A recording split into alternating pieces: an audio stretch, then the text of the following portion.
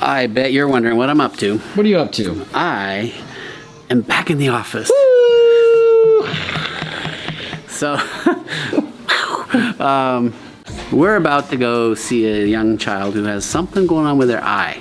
It's actually a really common thing, and if you pay attention, you might be able to rob a bunch of doctors from the money they could get by seeing your child who has this relatively harmless thing. Ah. So there you go. Fellow doctors, I'm sorry. I'm sorry. Folks, thanks for watching this STYE video. Dr. Paul wants to sponsor his own video with none other than his own book. What the heck? Sponsoring your own video? The Vaccine Friendly Plan is a book written for those of you who are going to have children or who have children who have to deal with the issue of vaccines. It is a highly controversial topic, as of course you probably know.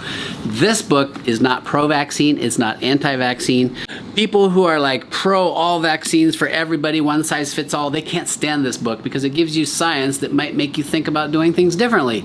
But the people who hate vaccines, what they call the anti-vaxxers, which I think is just a bad label, honestly. A lot of those people don't like this book either because it does suggest you might consider doing this vaccine or that vaccine because of these reasons.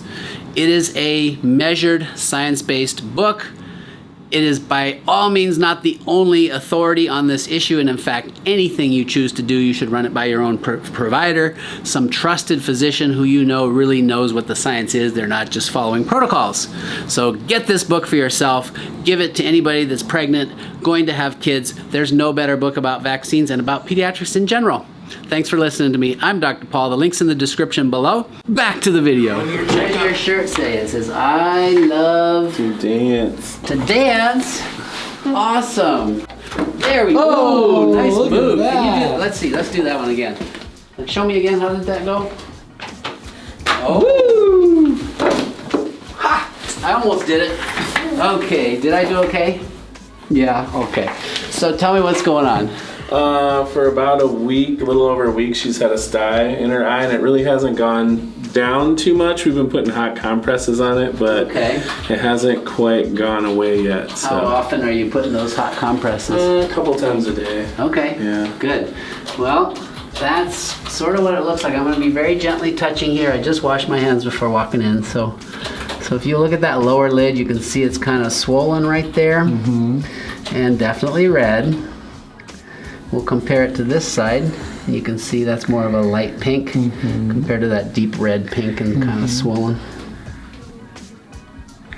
You have enough light? Oh yeah. Okay. You're so pretty.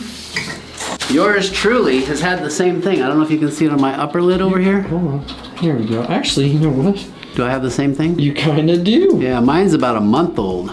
Wow. And I don't know if you can see, I have it too a little bit. It's a little bit red, yeah. You guys are twins. Well, we look alike. All right. So you're absolutely right. That is like a STYE. And your treatment plan was also right. I just get a washcloth and get the water pretty hot, and then I just hold it on there for as long as I can. As it starts to cool off, you flip the washcloth and it's still hot on the inside. Okay. And then you just do that as often as you can within reason, right? And hopefully you get it to drain. Okay. Very, very, very rarely, like almost never, that infection starts spreading into the tissue around the eye, and the eye starts swelling shut. Okay. And that's a whole different ballgame where it's what we call a periorbital cellulitis, which may not get the whole area around the eye, it may just get the bottom or the top. But that needs antibiotics if that happens, like oral antibiotics. This, we almost never do oral, which means taking antibiotics by mouth. You just do what you're doing. Occasionally, rarely, you can start to get a little goop in the eye where it's getting infected, and you can use an antibiotic eye drops. So we'll write you a backup prescription for that. Yeah, I was just kind of worried about how it just kept swelling and has like a little bit of that bruising stuff, you know, and I was just like, now I didn't want it to go to like what you were saying. Exactly. So. Yeah, eye specialists, ophthalmologists, you know, the bad ones will send them to the specialists, and they almost always say the same thing. Hot compresses, give it more time, right? So you just hold the washcloth like this, and then you just like, oh yeah, that's pretty hot. I mean, you don't want to burn yourself, but get it as hot as you can.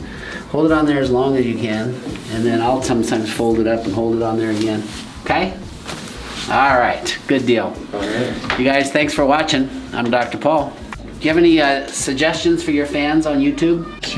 Learn how to dance. How to dance.